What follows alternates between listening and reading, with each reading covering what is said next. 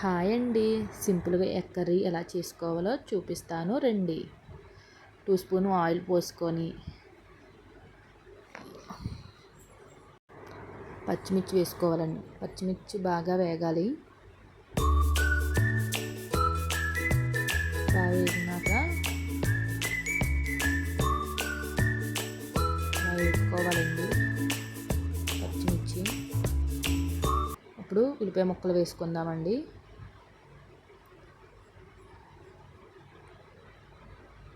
ఉల్లిపాయ ముక్కలు వేసుకొని ఒకసారి తిప్పుకొని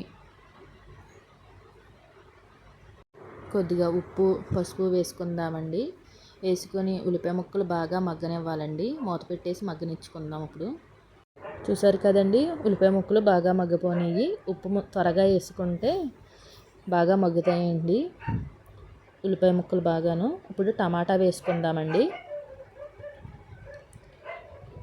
టమాటా వేసుకొని బాగా కలుపుకుందామండి. ఇప్పుడు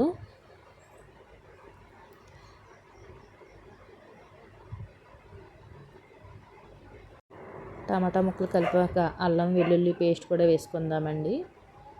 కొద్దిగా అల్లం వెల్లుల్లి పేస్ట్ వేసుకుంటే కర్రీ చాలా టేస్టీగా ఉంటుందండి.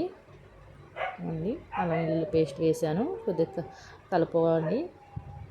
ఇప్పుడు మొత్తం మగ్గిపోయిందండి. కారం వేసుకుందాము. కర్రీకి సరిపడిన కారం వేసుకుందామండి.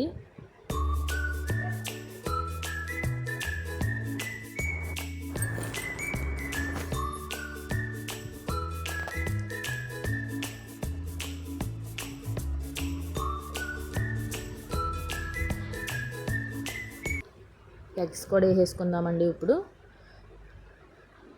ఎగ్స్ వేసేస్తే కారం బాగా పడుతుందండి ఎగ్స్కి. కాసేపు మూత పెట్టేసి మగ్గనిద్దామండి. కారం బాగా పడుతుంది ఎగ్స్కి బాగాను.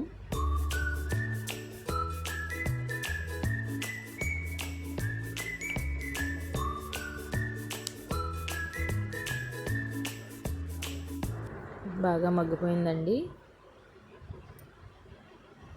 ఇప్పుడు వాటర్ వేసుకుందాము. సరిపడిన వాటర్ వేసుకొని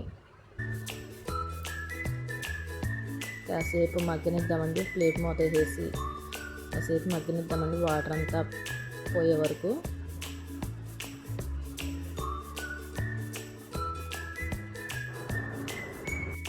చూసారు కదండి, ఎగ్ కర్రీ రెడీ అయిపోయింది. ఆయిల్ కూడా పైకి తేలిపోయిందండి. అలా పైకి తేలే వరకు చేసుకోవాలండి. సూపర్ వచ్చిందండి ఎగ్ కర్రీ. చాలా సింపుల్గా చేసుకోవచ్చండి ఎగ్ కర్రీని.